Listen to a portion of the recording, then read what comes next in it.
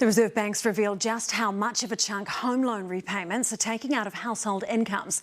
Just a couple of years ago, mortgage holders were spending 9% of their disposable income on interest payments. That's expected to more than double by the end of the year to 22%. And that doesn't include repaying any principal. And as the interest rates rise, so too does the number of people falling behind on their repayments. 19,300 residential mortgages were in arrears by the end of March. That's up 400 in a month. And it's not just home loans people are struggling to keep up with. Credit reporting company Centrix says a record 10.5% of buy now, pay later loans are in arrears and 9% of personal loans. Zane Small has more.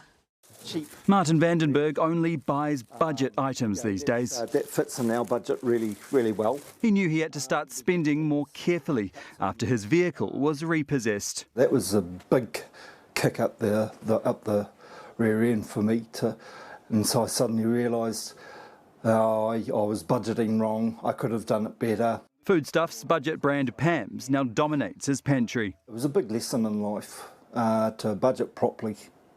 And that means calculating everything. Because with rising rent, food prices and interest rates, the struggle is real, as new data from Centrix shows. In March, 11.8% of borrowers were behind on their repayments, a slight increase on February. That's now 427,000 people in arrears. And that's partly driven by buy now, pay later schemes, with a record number of borrowers falling behind. I do use it a lot, but I've been told not to use it because it can stuff you up in the future.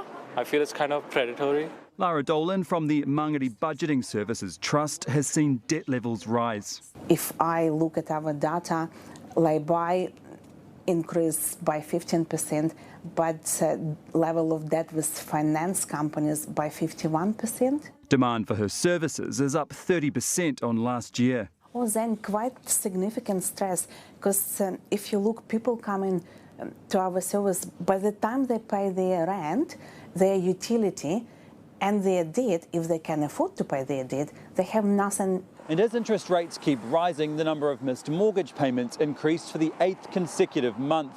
Around 19,300 residential mortgage payments were overdue in March, up 26% year on year. It's no surprise then that new mortgage lending was down in March, a whopping 48% on last year.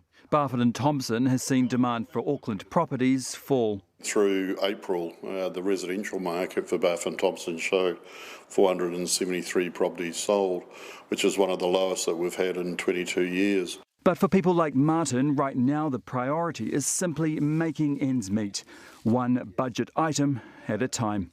Zane Small, Newshub.